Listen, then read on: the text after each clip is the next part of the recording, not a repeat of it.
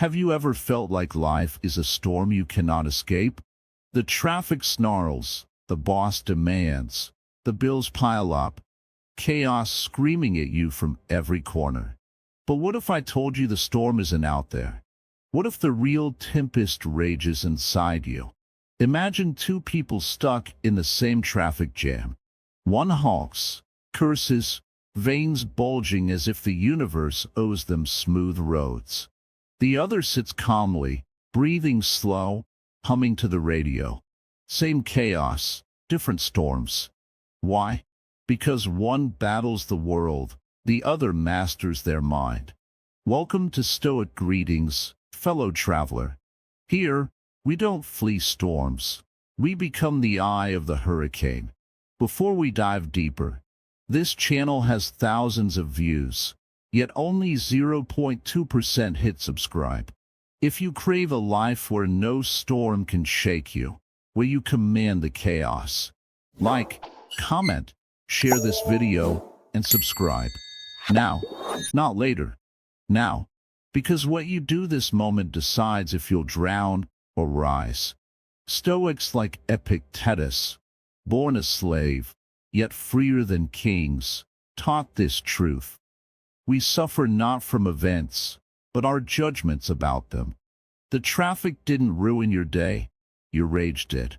The boss's criticism isn't the problem, your fear of failure is. Destructive emotions? They're chains we forge ourselves. But here's the secret. You hold the key. The storm will never stop. But what if you could stand in its center, unbroken? What if you, not luck, not others, controlled your peace? That power is yours, not through force, but through ruthless self-awareness. Through choosing, breath by breath, to see obstacles as fuel. This is Stoicism, not passive resignation, relentless ownership, not suppressing emotions, transcending them. And it starts here, now, with a choice. Will you let the storm define you, or will you become the storm? The illusion of external control. Let me ask you this. How many hours have you wasted trying to control what you cannot control? How many nights have you tossed in bed, replaying conversations, begging the universe to change someone's mind, someone's heart? How many days have you burned, white-knuckling outcomes that slipped through your fingers like sand? We do this. All of us. We claw at the world, demanding it bend to our will. We scream at the wind to stop blowing, at the rain to stop falling. And when it doesn't, because it won't, we collapse. We call it failure. We call it unfair. But here is the truth, raw and unflinching. You were never meant to control the world. You were meant to control yourself. The Stoics knew this. Marcus Aurelius, emperor of Rome, wrote in the quiet of his tent, "You have power over your mind, not outside events. Realize this, and you will find strength." Think about that. A man who ruled empires, armies, millions, yet he spent his life mastering one thing, his own mind. Why? Because he knew the bitter truth. The more you chase control out there, the more you lose it in here. Taps chest. Let me tell you a story. There was a farmer who prayed every day for rain. When drought came, he cursed the gods. When floods came, he cursed the gods. His crops died. His spirit broke. But another farmer, tending the same cracked earth, did something different. He said, "I cannot command the sky, but I can dig deeper wells. I can plant tougher seeds. I can work until my hands bleed and sleep well, knowing I did all that was mine to do." Who suffered? Who thrived? The answer is obvious.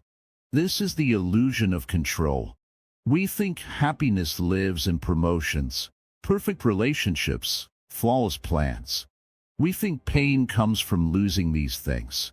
But Stoics like Epictetus, a man born in chains, would laugh at this.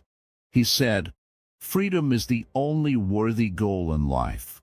It is won by disregarding things that lie beyond our control.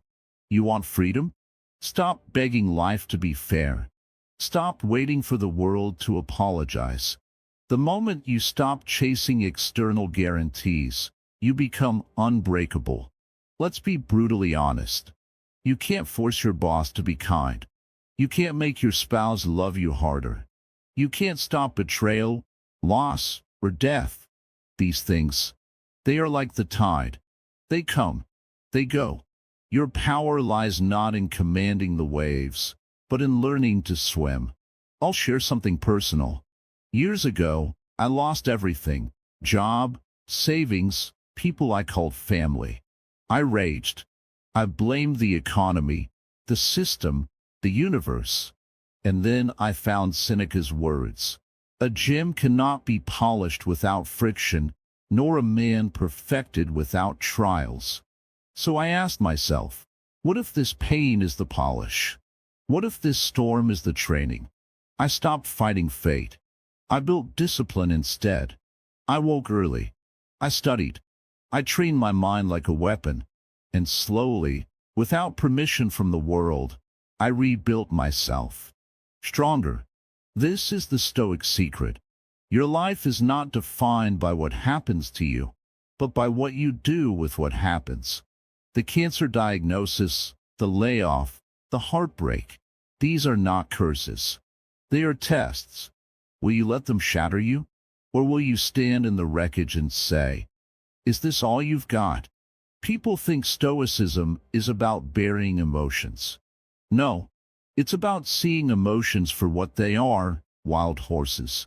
You don't cage them. You don't let them trample you. You ride them. Fear says, you'll fail. You say, then I'll learn. Anger says, this isn't fair. You say, fairness is a fairy tale. I'll focus on what's real. But here's where most fail. They confuse acceptance with surrender. Acceptance isn't weakness. It's clarity. It's staring at the storm and saying, I see you, but you don't own me. The moment you stop wasting energy on the uncontrollable, you free yourself to conquer what you can control: your effort, your integrity, your courage. Think of a ship captain. He doesn't rage at the sea. He doesn't scream at the stars. He adjusts the sails. He steers. He fights with the tools he has. That's you. You are the captain. The sea, it will never care about your plans. But the ship, your mind, is yours to command. Still don't believe me? Let's try an experiment. For the next 24 hours, every time you feel angry, afraid, or helpless, ask, is this within my control? If not, let it go. Not as a wish, but as a command. Let it go. Redirect that energy to what you can change. Your breath. Your next step. Your choice to endure.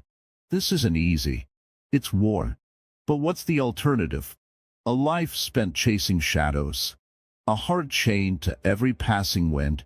No, we were made for more. The Stoics didn't promise calm seas. They promised unshakable ships. So here's your challenge today. Find one thing you've been trying to control: a person's opinion, a past mistake, a future fear, and release it. Write it down. Burn it.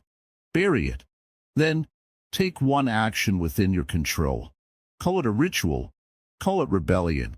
Call it the first step to becoming the master of your mind. The road ahead, it's dark. It's steep. But I'll walk it with you. Because here's the truth they don't tell you. The illusion of control is a prison. And the key has been in your hand all along. The fire that forges resilience. You've felt it, haven't you? That moment when life presses down on your chest like a boulder. The betrayal that leaves you gasping. The failure that cracks your pride. The loss that empties your hands. What do you do then? Do you crumble? Or do you ask the one question that changes everything? What if this pain is not my enemy, but my teacher? Let me tell you a secret the world doesn't want you to know. Resilience isn't born in comfort. It's forged in fire. The Stoics didn't worship suffering. They revered what suffering could create. Seneca, a man who faced exile, betrayal, and a tyrant's wrath, wrote, "Difficulties strengthen the mind, as labor does the body." Think about that. A man broken by the world, yet he called pain labor for the soul. Why? Because he knew, the hotter the fire, the harder the steel.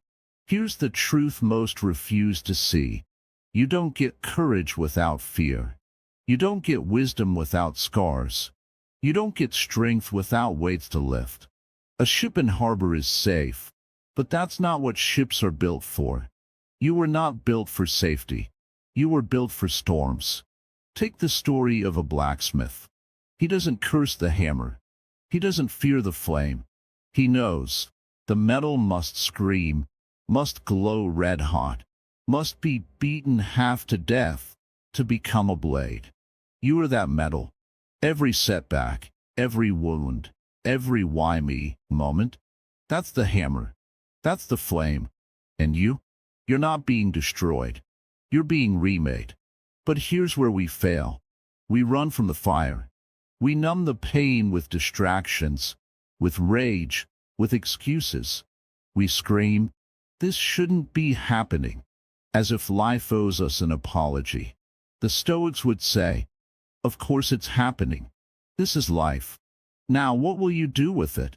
Epictetus, a man who was crippled as a slave, put it bluntly, "Don't demand that things happen as you wish, but wish that they happen as they do, and you will flow." Flow, not as victims, as warriors. Let's get practical. You lost the job. The relationship ended. The dream died. What now? Most people freeze here. They build shrines to their pain. They let the fire consume them. But the Stoic? They step into the flames. They ask, "What can this teach me? What can I salvage? What can I become because of this?" They don't deny the hurt. They use it. I'll share a story. There was a soldier who lost his leg in battle. For years, he drowned in bitterness. "Why me? My life is over." Then he found Zeno, the founder of Stoicism, who taught, "We have 2 ears and 1 mouth, so we can listen twice as much as we speak." So the soldier listened, to his rage, to his grief, and beneath it, a quiet voice saying, "You're still here. Use what's left." He became a teacher, a father, a man who walked again, not on legs, but on willpower. This is the alchemy of resilience. You take the worst moments of your life, the ones that should have killed you, and you turn them into fuel. Marcus Aurelius said it best. The impediment to action advances action. What stands in the way becomes the way. The obstacle is the path. The fire is the forge. But how? How do you stare into the flames and not blink? Start here. Stop asking, "When will this end?" Start asking, "What can this create?" That criticism from your boss? It's a mirror, showing you where to grow. That heartbreak? It's a chisel, carving you into someone who loves deeper. That failure? It's a map, leading you to a better path. Let's be clear, this isn't toxic positivity. This isn't good vibes only. This is raw, bloody defiance. The Stoics didn't smile through pain. They leaned into it. They studied it. They wrestled it to the ground and stole its strength. You think it's easy? It's not. It's the hardest thing you'll ever do. But what's the alternative? To let the fire win. Here's your training for today. Think of one struggle you're facing right now. Just one. Got it.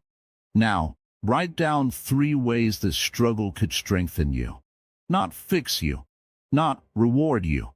Strengthen you. Maybe it's teaching patience. Maybe it's burning away arrogance. Maybe it's forcing you to innovate. Do this, and you've already begun the alchemy. Still not convinced? Let me ask you, What's the greatest thing you've ever achieved? Was it handed to you on a velvet cushion? Or was it born from sweat, from failure, from getting up one more time than you fell? Adversity isn't the enemy of success, it's the architect. The world will tell you to avoid pain at all costs, to seek comfort, safety, the easy path. But the Stoics whisper a different truth. The easy path makes men weak. The hard path makes them gods. You don't have to love the fire, but you must learn to respect it, to let it burn away everything you thought you were, so you can become everything you're meant to be. This is your invitation, not to survive the flames, to dance in them, to let every scar become a badge of honor, to let every failure become a lesson etched in bone. The road ahead, it's lined with fire. But remember, you are the blacksmith and the blade. The fire doesn't control you. You control what the fire creates. The next time life sets you ablaze, don't scream. Roar. The discipline of unshaken perception. You wake up. The world is chaos. A missed deadline. A harsh word from a loved one. A news headline that chills your blood. Your heart races. Your fists clench. You're certain this is a disaster. But what if you're wrong? What if the real disaster is how you see it? Let me ask you this. When was the last time your mind lied to you? Told you a setback was the end? Convinced you that a stranger's glare meant hatred? Or that a single failure meant you were a failure? We do this. Every day, we let our thoughts paint nightmares on blank walls. But here's the Stoic truth. Pain is inevitable. Suffering is a choice. And that choice begins with perception. Marcus Aurelius, the philosopher king, wrote in his private journal, "Remove the judgment, and you have removed the thought, I am hurt. Remove the thought, I am hurt, and the hurt itself is removed." Think about that. A man who faced wars, plagues, and betrayal chose not to be broken because he mastered his judgments. Not the events, the judgments. Here's a story you'll recognize. Two workers sit at desks side by side. Both are handed the same task, tedious, exhausting, unfair. The first slams his fists, muttering, "This is pointless. They're trying to break me." The second straightens her spine, thinking, "This is training. They're testing my focus." Same task, same room, different realities. Why? Because perception is not a mirror, it's a weapon, and you decide where to aim it. The Stoics called this paraeresis, the power to choose your judgments. Epictetus, born a slave, put it plainly, men are disturbed not by things, but by the views they take of them. You don't fear the dark, you fear what you imagine in the dark. You don't fear failure, you fear the story you tell about it. Change the story, and you change everything. But how? How do you strip away the lies your mind invents? Start here, pause. When chaos strikes, freeze. Breathe. Ask yourself, what is this? Not what I fear it is, not what I wish it were. What is it? A critic's harsh words? Just sound waves. A lost job? Just a change of direction. A diagnosis? Just information. Remove the judgment. The horror shrinks. Let's get raw. Your partner leaves you. Your mind screams, "I'm unlovable. I'll die alone." But what is it truly? A closed door. An opportunity to rebuild. A lesson in what you truly deserve. The Stoics don't deny the ache. They refuse to let the ache define reality. Seneca, who faced exile and betrayal, wrote, "A gift consists not in what is done or given, but in the intention of the giver." Pain is a gift. Its intention? To reveal your strength. I'll share a secret. Years ago, I stood on a bridge, ready to let go. The world felt like a prison. Then I remembered Marcus' words. The universe is change. Life is opinion. So I asked, what if my opinion is the prison? I stepped back. I rewrote the story. The job I lost. Freedom. The love that left. Space for self-respect. The pain. A wake-up call. I didn't change my life. I changed my mind. This is the discipline. Not positive thinking. Precise thinking. Cutting through the fog of this is terrible to ask, is it? Or is it just different? A flat tire isn't a curse. It's a chance to slow down. A rival's success isn't a threat. It's proof that greatness is possible. Rain on your wedding day? Nature's applause. But here's where we fail. We let our first thought become our only thought. We react like animals. Instinct, not wisdom. The Stoic stops, breathes, decides. Zeno, founder of Stoicism, taught, the goal of life is living in agreement with nature. And nature is neutral. Storms aren't cruel. Fire isn't vengeful. They simply are. Your crisis? It's not personal. It's just life. And you get to choose. Will you weep or will you learn? Try this today. Carry a coin in your pocket. Heads, this is good. Tails, this is bad. Every time you judge an event, flip it. Your boss yells, flip. Tails, he's cruel. But flip again. Heads, he's stressed.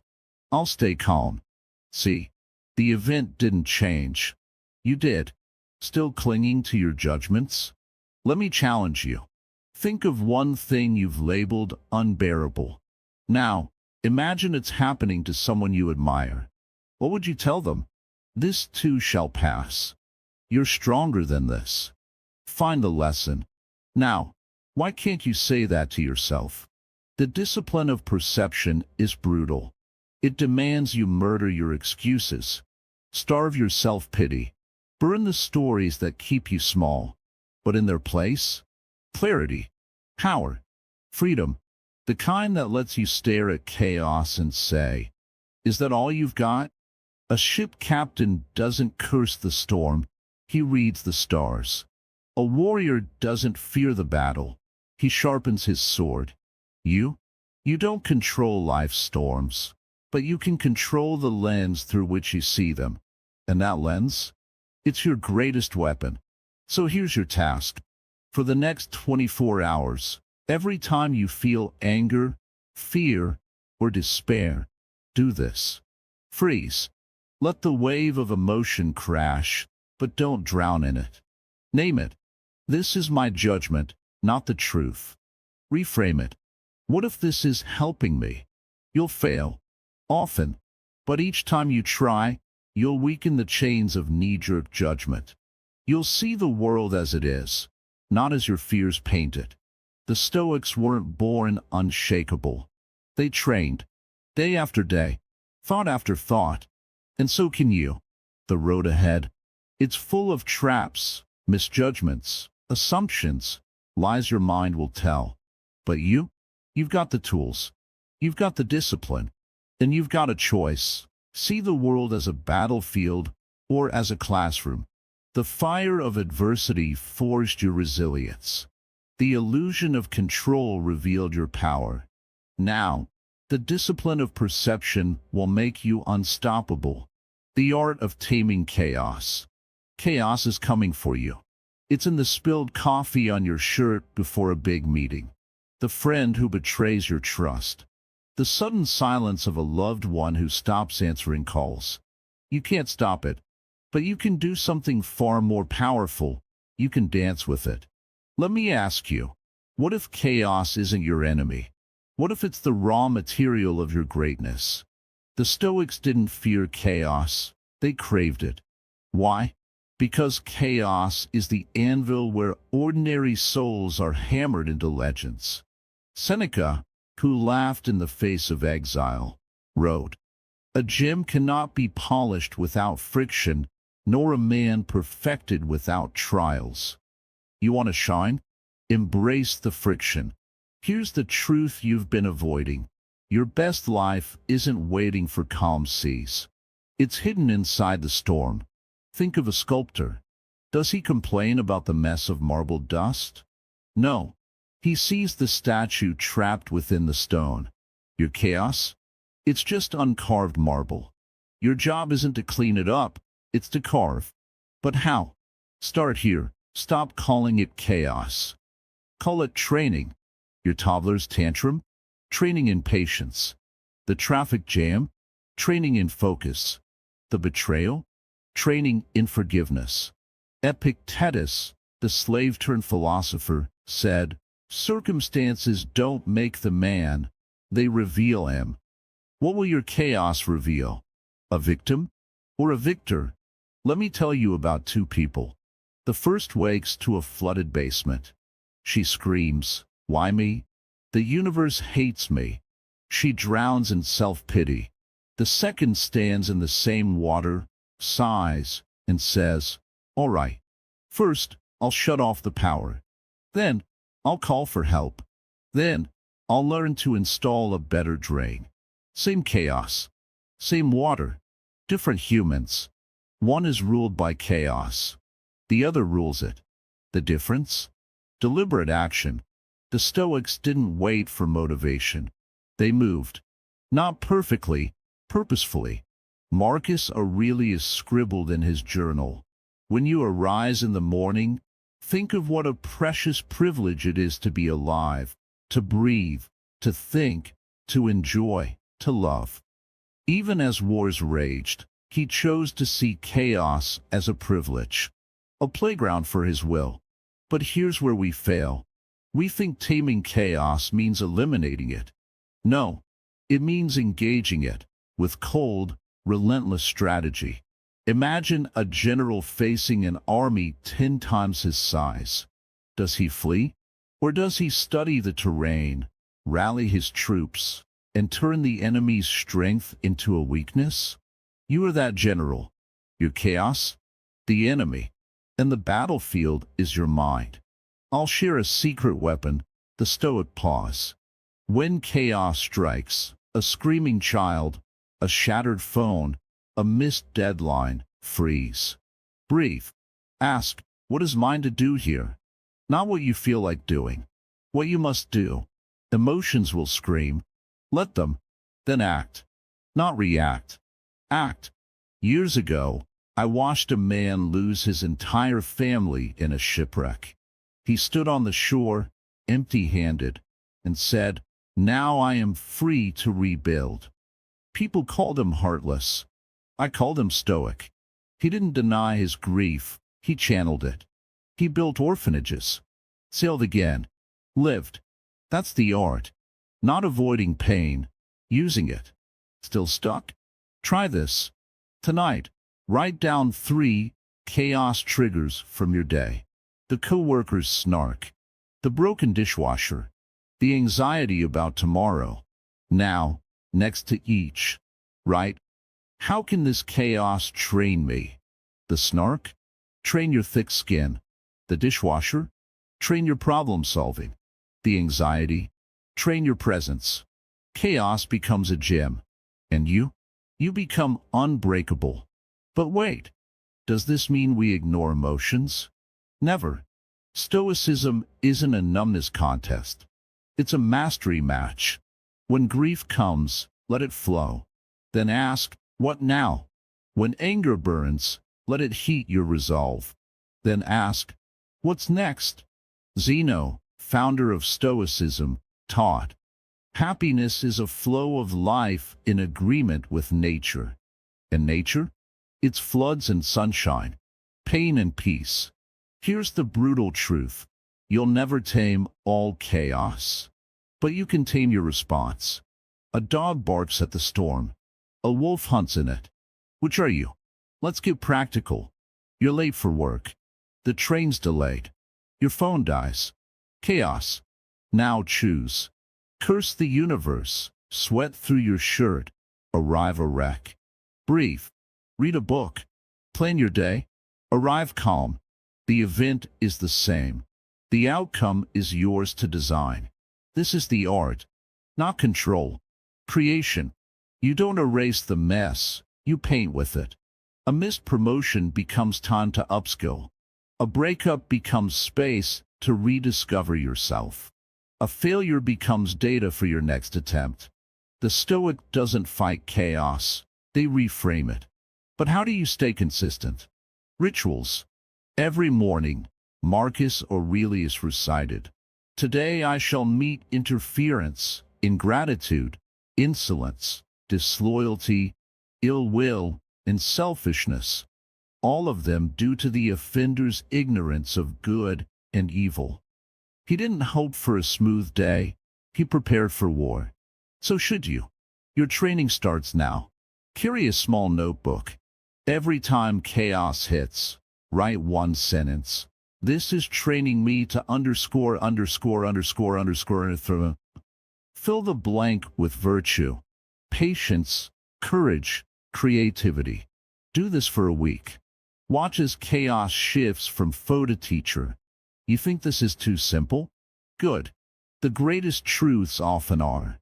A ship doesn't need complex tools to navigate a storm. It needs a steady rudder. Your rudder is action, not grand gestures. Small, relentless choices to bend chaos to your will. The world will tell you chaos is the enemy. The Stoics whisper, it's the muse. The sculptor's chisel. The warrior's whetstone. Without it, you'd stay soft, unproven, ordinary. So the next time chaos comes, and it will, smile. Crack your knuckles. Say, all right, let's dance. Virtue, the North Star in darkness. You're standing at a crossroads. One path is easy, slick with shortcuts and lies that promise comfort. The other is steep, jagged with truth, demanding your sweat and scars. Which do you take? Most stumble toward the easy road and hate themselves for it. But you're not most. You're here because you crave something deeper, something real. Let me ask you, what guides you when the world goes dark? When the storms of chaos blind you? When every instinct screams to quit? The Stoics had an answer: virtue. Not the hollow virtue of saints or politicians. Not rules to chain you. Virtue as a compass. A North Star carved into your bones. Marcus Aurelius called it the only good. Not wealth. Not fame. Not even survival. Virtue. Why? Because when everything else burns away, and it will, virtue remains. It tells you who you are. But what is virtue? Let's cut through the noise. Courage when fear grips your throat. Justice when injustice pays better. Discipline when laziness sings its lullaby. Wisdom when fools shout louder. These are the four pillars. Not abstract ideas. Weapons. Weapons you wield in the daily war between who you are and who you could be. Here's a truth you feel in your gut. You've compromised before. Lied to keep peace. Stayed silent to avoid conflict. Let greed dress up as ambition. And each time, a piece of you died. The Stoics knew this death. Seneca wrote, "Every sin is the result of a collaboration." You collaborate with your weakness, your excuses, and your soul pays the price. Let me tell you about a fisherman. His nets were empty for weeks. His children hungry. One night, a stranger offered him stolen fish. "Take them. No one will know." The fisherman's hands shook. His stomach roared. But he said, "I will know." He starved that night. But his children? They grew up remembering the taste of his integrity, not the fish. This is virtue, not grand heroics. Small choices. The ones no one sees, but you do. The Stoics didn't preach perfection. They preached alignment. Every act, every thought, every breath. Does it move you toward your North Star? Or drag you into the mud? But here's where we get lost. We think virtue is for monks or martyrs. Epictetus, a man who owned nothing but his wisdom, laughed at this. Virtue is not a matter of degree. It's a matter of direction. You don't need to be a saint. You just need to face the right way. Think of a ship lost at sea. The crew panics. The captain? He finds Polaris. He steers. Not because the storm ends, because the star endures. Your Polaris is virtue.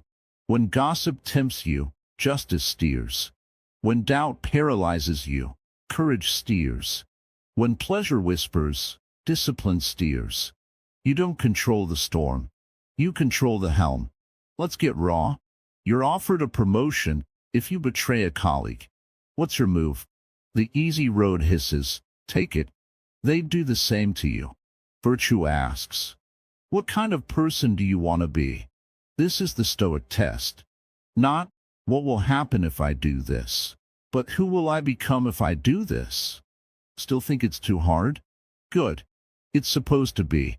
Zeno, founder of Stoicism, taught, happiness is a good flow of life. Not a calm stream, a good flow. One that carves canyons through resistance. You want happiness? Earn it. Through virtue. Through refusing to sell your soul for cheap rewards. Here's your training. Tonight, replay your day. Not what you achieved, how you acted. Did you choose courage or comfort? Honesty or convenience? Discipline or distraction? Write one sentence. Today, I became more underscore. Fill it with virtue or vice. No lies. No mercy. This isn't guilt, it's accountability. The mirror doesn't care if you like your reflection. But what if you failed? What if your past is littered with compromises? Then listen to Seneca again. As long as you live, keep learning how to live. Virtue isn't a trophy, it's a practice. You fall, you rise, you steer again. I'll share a secret. Years ago, I stole to eat. Just once. Just enough. No one noticed. But I did. That night, I wrote in my journal, a man who trades his honor for bread will starve forever. The next day, I returned what I'd taken, worked twice as hard, slept with a soul unbroken. That's virtue, not purity, progress.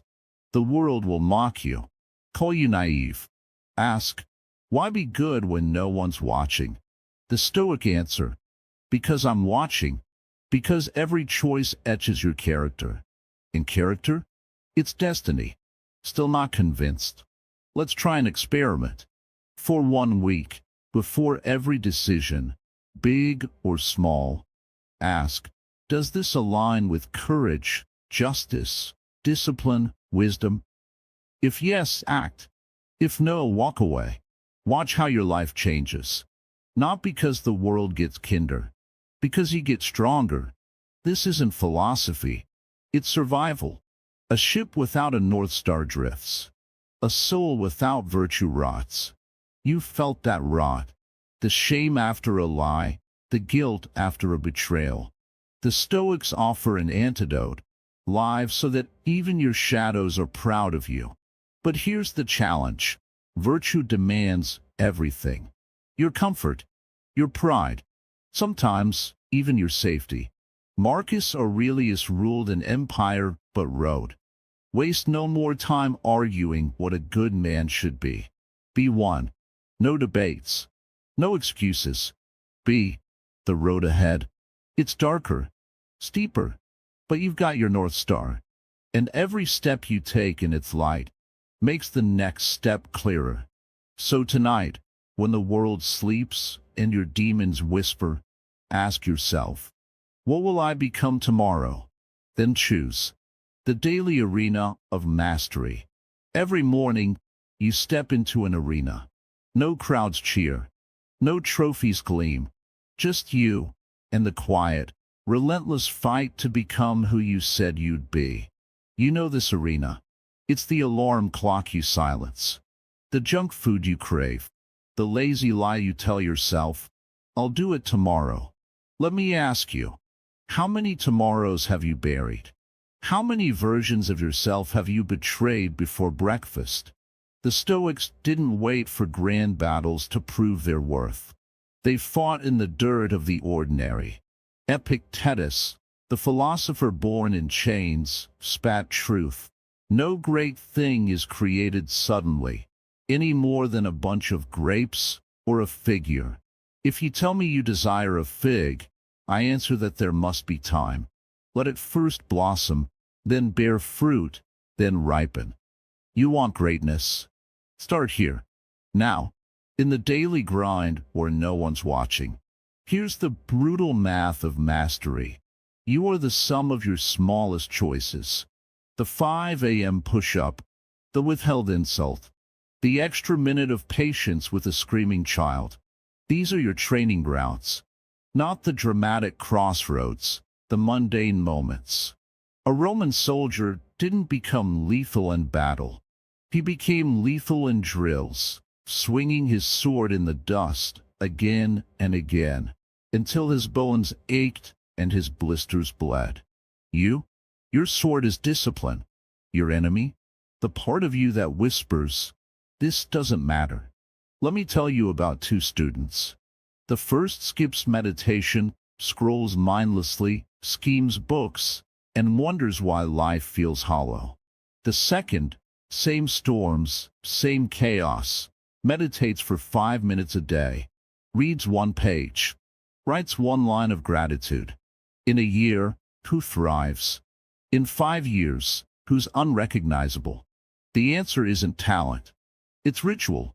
Marcus Aurelius, Emperor of Rome, scribbled in his journal each dawn, "When you arise in the morning, think of what a precious privilege it is to be alive, to breathe, to think, to enjoy, to love." Not because his days were easy, because he knew the battlefield of the mind is won before the world wakes up. But here's where we fail. We chase motivation, that fickle, drunken friend who abandons us at the first sign of rain. The Stoics didn't wait for motivation. They ran on obligation, duty to their best selves. Seneca, who wrote letters to friends while facing his own mortality, declared, "Every day, every hour, you're proving yourself. No one becomes good by accident. You don't find time to be great. You carve it from the stone of your excuses. Let's get raw. You failed today. You yelled. You procrastinated. You chose fries over fruit. So what? The arena isn't about perfection. It's about showing up." Zeno, founder of Stoicism, taught, "Progress is not achieved by luck or accident, but by working on yourself daily. Fall 7 times. Rise 8. The victory isn't in never falling. It's in never staying down." I'll share a secret. Years ago, I vowed to write 1 sentence of wisdom daily. Some days, brilliance flowed. Most days, trash. But I wrote, not for the world, for the ritual. Today, those scraps fill books. The lesson? Consistency compounds. Drop by drop, the bucket fills. Brick by brick, the fortress rises. Still stuck? Try this. Tonight, write down 1 tiny act of discipline you'll do tomorrow. Just 1. Not run a marathon. Walk for 10 minutes. Not write a novel. Write 1 true sentence. Do it. Then, tomorrow night, write another. This is how you build empires of willpower. Not leaps, steps. But be warned, the world will mock your smallness. It will scream, "What's the point?" when you choose water over wine, silence over gossip, effort over ease. Smile. You know the point. Every choice is a vote for the person you're becoming. And elections aren't won with grand speeches. They're won with countless, quiet votes. Think of a blacksmith. He doesn't strike the iron once and expect a sword. He hammers, relentlessly, blow after blow. The iron doesn't argue. It doesn't negotiate. It submits. Your mind? It's the iron and the blacksmith. Every disciplined act is a hammer strike. Every lapse, a cooling of the metal. Here's your weapon, the Stoic hourglass. Each morning, flip it mentally. Your day is sand falling, grain by grain. You can't stop it. You can choose which grains you'll fill with purpose. The commute? Listen to philosophy. The lunch break? Journal. The midnight insomnia? Plan tomorrow's victory. But what if you're exhausted? What if the world feels heavy? Then remember Epictetus. If you're tired, rest. But don't quit. Rest is strategic. Quitting is surrender. Even the greatest gladiators sat between rounds. Let's crush the myth. Mastery isn't for the gifted. It's for the stubborn. The woman who does 10 push-ups daily becomes stronger than the man who does 100 once. The man who reads 10 pages daily knows more in a year than the one who binge reads in December. Time is the alchemist, but you must feed it the gold of daily effort. Still don't believe me? Let's play a game. For the next 7 days, wake up 10 minutes earlier. Sit in silence. Breathe. Do one hard thing first. The email you dread. The cold shower. The apology. End the day with one question. Did I honor my potential today? No grand gestures. No heroics. Just 7 days of showing up. Watch how the arena changes. The Stoics weren't born giants. They forged themselves, day by day, choice by choice. And you? You're no different. Your arena is here. Your weapons are ready. The enemy? The old you. The one who settles, hesitates, retreats. The next time you stand at the edge of a lazy choice, the snooze button, the fast food, the angry text, pause. Hear the ghost of Seneca whisper, you're not giving up the junk food. You're choosing health. You're not avoiding the fight. You're embracing peace. Reframe the battle. Victory is in the wanting. The road ahead, it's littered with traps, comfort, distraction, the siren song of someday. But you've got the tools, the North Star of virtue, the fire of resilience, the lens of perception. Now, the daily grind to make them real. This is your arena. No audience, no applause, just you and the echoes of every choice. But remember, the person you're becoming is watching, and they are worth fighting for, carving your Stoic legacy. One day, you will die. So will I. The sun will rise without us. The world will spin on. But here's the question that matters. What will you leave in the bones of this earth? Not money, not fame, not trophies. Your legacy, the echoes of how you lived, the scars of your courage, the warmth of your fire, still burning in those you touched. Let me ask you, when your name is spoken decades from now, will it be a whisper or a roar? The Stoics didn't chase immortality. They chased meaning. Epictetus, the crippled slave, said, practice death daily, not to morbidly obsess, but to fiercely live. Because only when you stare into the abyss do you ask, what is worth bleeding for? What is worth building? Your legacy isn't written in your final breath. It's carved into every breath you take now. Here's the truth you already know. You're not here to exist. You're here to etch, to leave cracks in the universe where light can get in. Think of a stonecutter. He doesn't swing his chisel once and call it a masterpiece. He chips, day after day, blow after blow, until the rubble reveals a face, a story, a truth. Your chisel is choice. Every act of courage, every moment of grace, every refusal to bend, it chips away at the raw stone of time. But how? Start here. Stop asking, what will people think of me? Start asking, what will I be? A parent who taught their child to stare down fear. A friend who showed others how to rise after failure. A stranger who left kindness like fingerprints on doorknobs. Marcus Aurelius wrote, Waste no time arguing what a good person should be. Be one, not for applause, for the quiet certainty that when you're gone, the world feels your absence and your presence. Let me tell you about two men. The first chased promotions, bought cars, collected followers. He died rich and empty. The second planted trees he'd never sit under, taught children who'd forget his name, loved deeply, even when it hurt. He died unknown, but his fire still warms hands he never held. Which man are you? Legacy isn't about scale. It's about depth. The Stoic farmer who tends his fields feeds generations. The teacher who ignites one curious mind alters history's trajectory. The parent who breaks the chain of anger gives the world a lineage of peace. Seneca said, "Life is long if you know how to use it." You don't need more time. You need more purpose. But here's where we falter. We think legacy is for the old, the dying, the saints. No, legacy is built today. In how you handle the rude cashier. In how you forgive the friend who hurt you. In how you rise after failure. Not just for you, but for the ones watching. Because someone is always watching. I'll share a secret. Years ago, I met a dying man. His hands shook. His voice faded.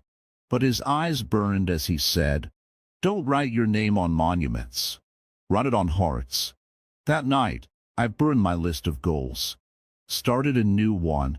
Who will I lift today? Not save. Not impress. Lift. That's the Stoic legacy. Still lost? Try this. Tonight, write a letter to your great-grandchild. Not the one you'll have, the one you are. The version of you 50 years from now. What would that old, weathered soul tell you today? Stop chasing likes. Start building love. Don't fear the storm, become it. Leave a trail of light. Now live that letter. But time is short. Death doesn't bargain. The Stoics knew this. Zeno, founder of Stoicism, taught, "We have 2 ears and 1 mouth, so we can listen twice as much as we speak." Listen now, to the clock ticking, to the chance slipping, to the voice inside saying, "Now. Now is the time. Let's be brutal." You've wasted days. You've chosen fear.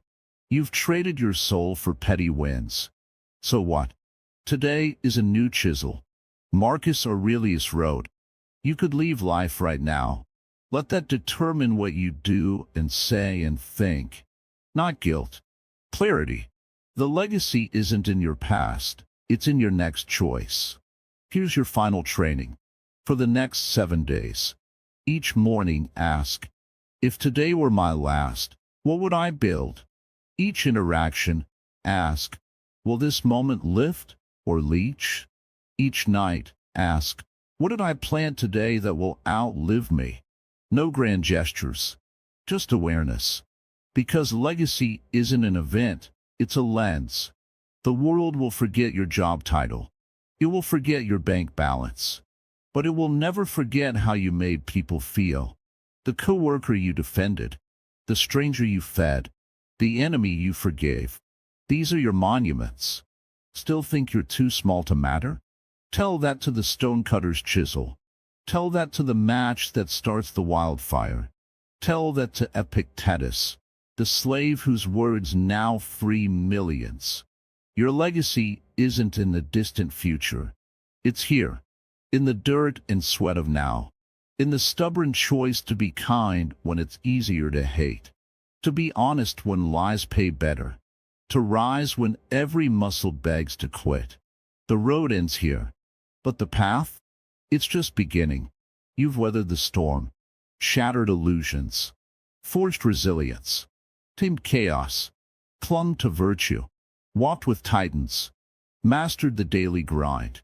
Now, it's time to carve your name into eternity. When you're gone, let them say, "Here lived someone who burned." Not for fame, for fire. Someone who left the world harder than they found it, softer than they found it, better than they found it. This is Stoicism, not a philosophy, a fire. And you? You're the spark.